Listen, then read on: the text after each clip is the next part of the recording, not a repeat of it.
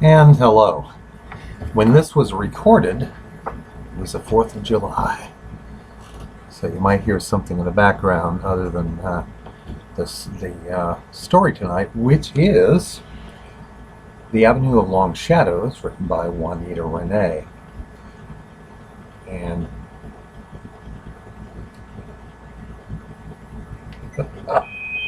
off we go. Oops.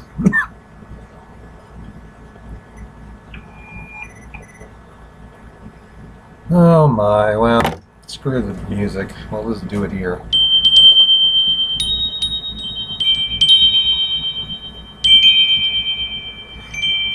Avenue of the Long Shadows by Wanetta Renay. I'll be happy flying on the rooftops. I'll be happy running in the streets. J. Ferguso.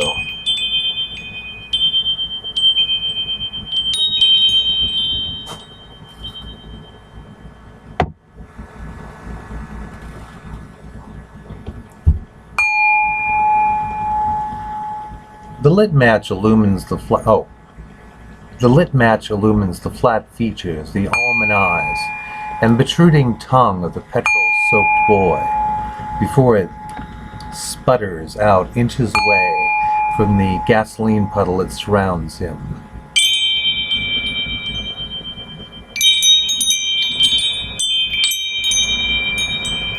The alley smells petroleum, fetid blood, and rotten fish. From his cramped rooftop perch, Roland hears them below in the alley. The whining boy, a skinny, long-haired white teen with an apparently endless supply of matches, and his corpulent, verbose Hispanic cohort, providing color commentary. Roland tastes puke rising in his throat. His muscles ache from climbing over the city rooftops. Please don't hurt. I'll be good. I'll be good. Yeah, you'll be good, puto. Good and burnt. Another match flares in the darkness. Roland scratches his beard, dislodging dandruff and crumbs of bread. He moves his dreadlocks out of his eyes, shoves the heavy cinder block, and it plummets down, neatly decapitating the fat teen, whose body lies twitching on the ground momentarily. After a minute, the fallen teen's shadow separates from his body and begins to drift upward towards Roland. Suddenly, the town smells like winter. Another match ignites. This time it falls closer to the gasoline puddle and extinguishes itself. At the skinny teen's seemingly doesn't even acknowledge his friend's demise. The boy lurches left and right, his witless eyes searching his assailant for mercy. Roland's lithe, wiry body shimmies up the drain spout, his gloved hands growing numb with a sudden Arctic cold. He exhales and breathes out fog from his mouth. The shadow follows him, ascending, leaving a trail of icy metal and cracked bricks in its wake.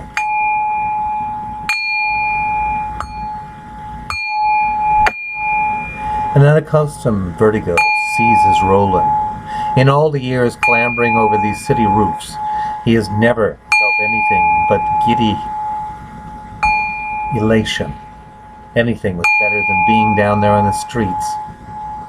You don't want to be different when you're on the streets. The voices in his head provide a constant clamor of negative comments, all directed towards himself.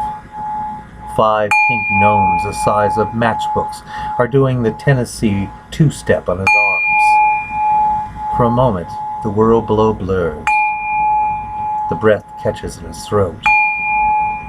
The buildings around him seem to inhale. The sidewalk below seems to ripple. Why did I stick my neck out like that? But he knows all too well. He has seen too much of death in his short 3 decades on the earth. In his mind eye, Roland can see his mother, lying on the kitchen in a pool of blood. Blood. The coppery smell of it everywhere. Her body felt so rigid, heavy and deaf. Her eyes staring at nothing, at eternity. Her murderer had stabbed her numerous times. Nothing could be done. Mom, who had been the only one who was there for him, after the shrink diagnosed him as a schizophrenic. What that woman put up with. Murder was a form of robbery, he thinks. It robbed him of the only person who really mattered in his life. The shadow is just inches away from him, his body growing more and more numb. He is losing consciousness. When it stops, it begins receding, spilling down into the street below, where the burning body of the retarded boy lies convulsing and screaming. The shadow merges with another shade, emerging from the long-haired teen and vanishes, leaving the puzzled urban scruff to stare in wonder at the inexplicable conflagration before him.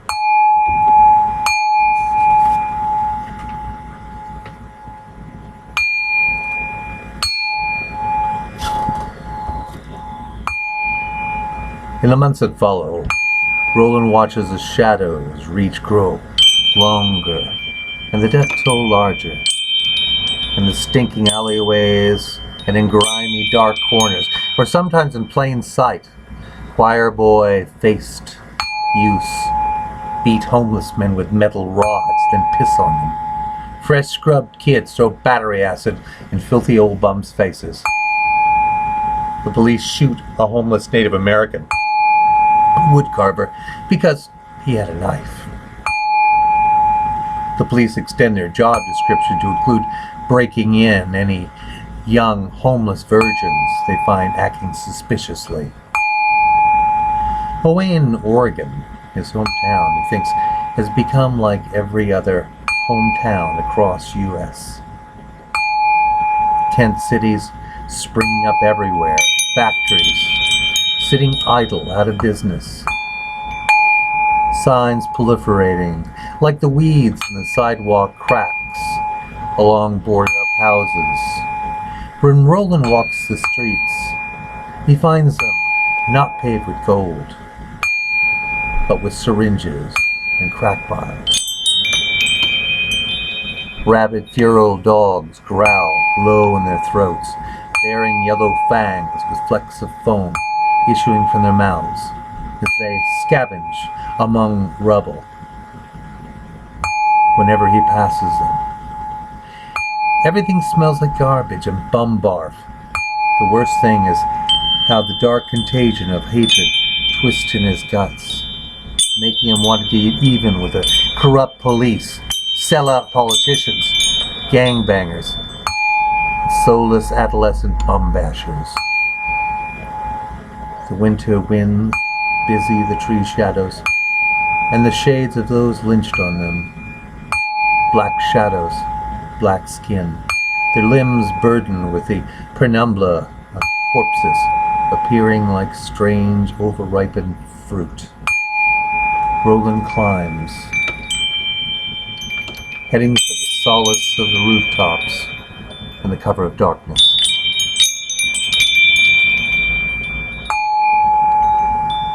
The voices in his head warn of impossible conspiracies, chide him for his cowardice.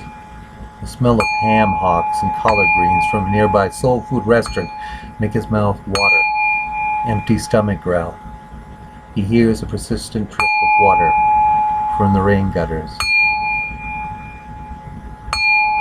I miss you, Mom, Roland whispers, resting his head on the cool brick walls of his aerial retreat beyond the cold, distant stars. I miss you. I miss you so much. It looks like a zombie, but it isn't a zombie exactly. It holds the sharp-edged the sharp, jagged edges of its exposed radius and ulnar bones against Roland's throat.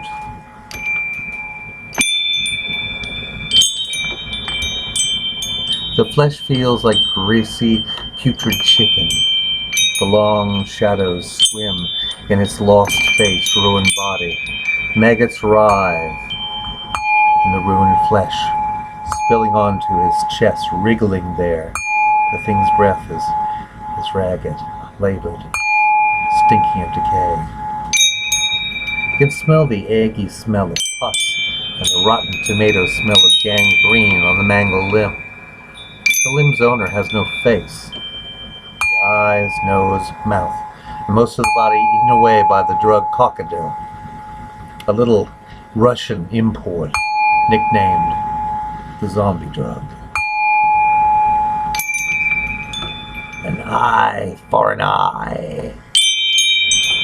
The zombie, Long Shadow's voice echoes in his mind, a seer sound like the whispering of autumnal leaves blowing over a graveyard.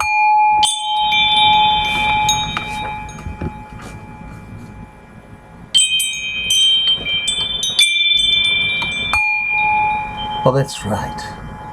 You don't like voices in your head, do you? Isn't that why you killed your own mother? Roland tries to block out the images from his memory. Him coming into the kitchen, the voices screaming in his ears to kill her. He picked up the butcher knife and stabbed her over and over until he stood over her, slipping in her warm, sticky blood. I'm sick. I didn't know what he was doing. Even the judge knew that. Let me go.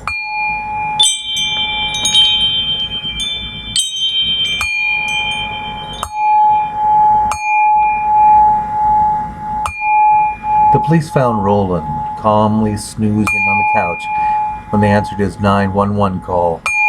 After the murder trial, there were a series of commitments to various mental asylums, but always he had escaped, once knocking a nurse unconscious in the progress. Everyone knows him in this town, so it became easier to hide on the rooftops, out of sight, using the anonymousness of homelessness with the accessories of facial hair and dirt to obscure his features. Fear kept him or away. It's a devil you know, after all. Then you took one of ours, an eye for an eye.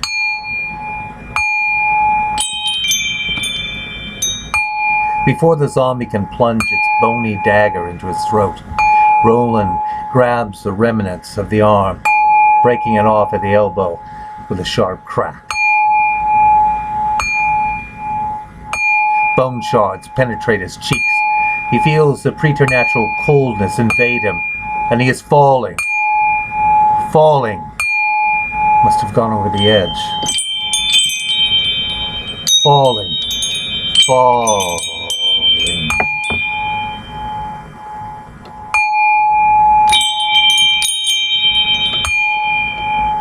Roland struggles to breathe, heart hammering in his chest.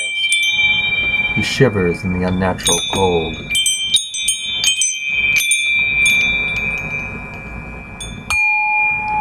Think of something else. Block out the cold. The first sign of his schizophrenia was when he stood outside his mother's bedroom door, smelling the jasmine incense that she constantly burned, and the talc she always wore, calling her a whore and a cunt, screaming how much he hated her. But he didn't hate her. He loved her with all his heart.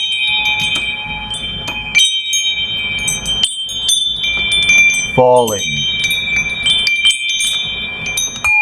Falling. The chills and the shivering are done now. He feels his muscles stiffening. His lips are turning blue. At school, his grades begin to lower precipitously. The rages started happening then.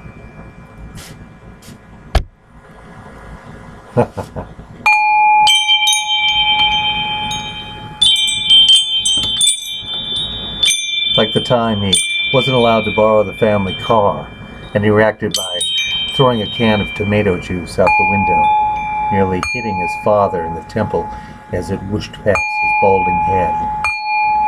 Falling. Falling. His body numb with cold now. He's barely breathing. Drowsiness is rapidly overtaking him.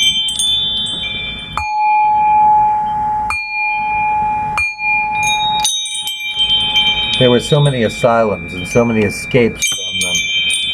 Oh, they always found him eventually. Like the time they found him, walking nude down the center lane of a highway at lunch hour.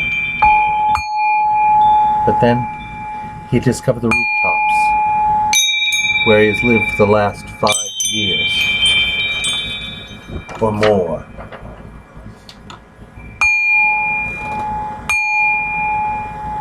He had been safe. He'd been safe there. Until falling. He hears a beeping sound like a heart monitor. The billowing of a respirator, the clatter of surgical instruments. And then a long, sustained beep, followed by silence. He feels weightless. And then an odd warmth envelops him, followed by silence.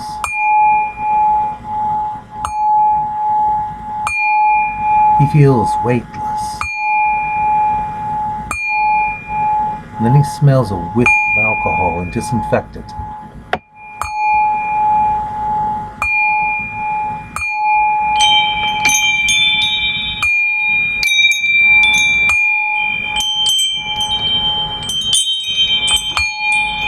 Roland awakens covered in sweat, lying in a sunlit field of lazily nodding alien flowers, suffusing the air with a smell like that of a magchampa, opium, and cannabis indica combined. Their petals blazing in iridescent tie-dye colors. In the near distance, amid the sand dunes, he sees a city of crystal towers and golden onion domes, riven with sparkling aquamarine rivers and highly saturated mescaline technicolor. The city dwellers are all shadows gliding by, like figures in a fever dream, speaking an odd dialect that sounds like wind chimes. Narcotic fumes from the plants invade Roland's nostrils, replacing logic with drugged wonder.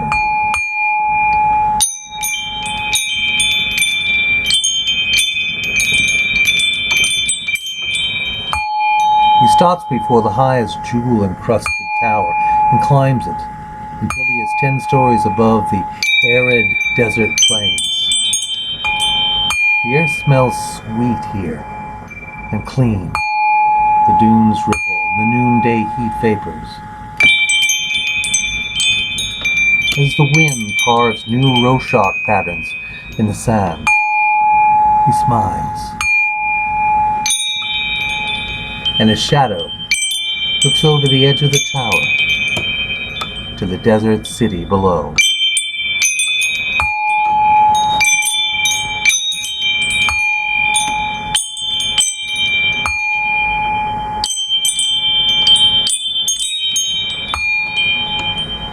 And that was The Avenue of Long Shadows, written by Wanetta Renay,